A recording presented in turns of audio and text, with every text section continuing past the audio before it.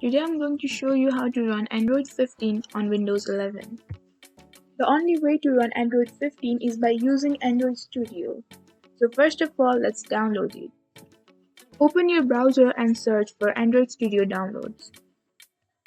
Then click on the first link and download Android Studio.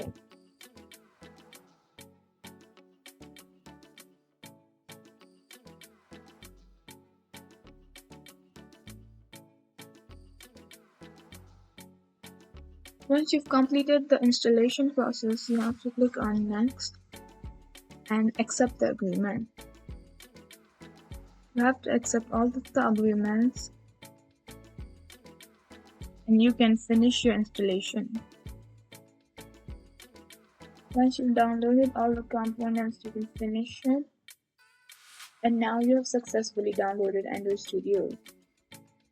Now you can click on More Actions and go to SDK Manager. Now you have to click on Android Vanilla Ice Cream Preview and apply it. And confirm your changes. And wait for it to install it completely. Once you've completely installed it, you can hit the Finish button and click on Apply. Then OK. Now again click on More Actions and go to Virtual Device Manager. Now you can select your hardware. I'm going to choose Pixel 6. Click on Next and choose the system image. Then choose Vanilla Ice Cream and download the SDK component. Once you've installed the SDK component, you can finish it.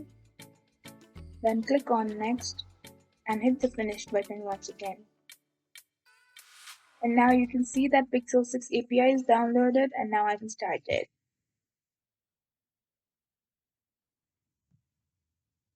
Here you can see Pixel 6 now, and I'm going to start it.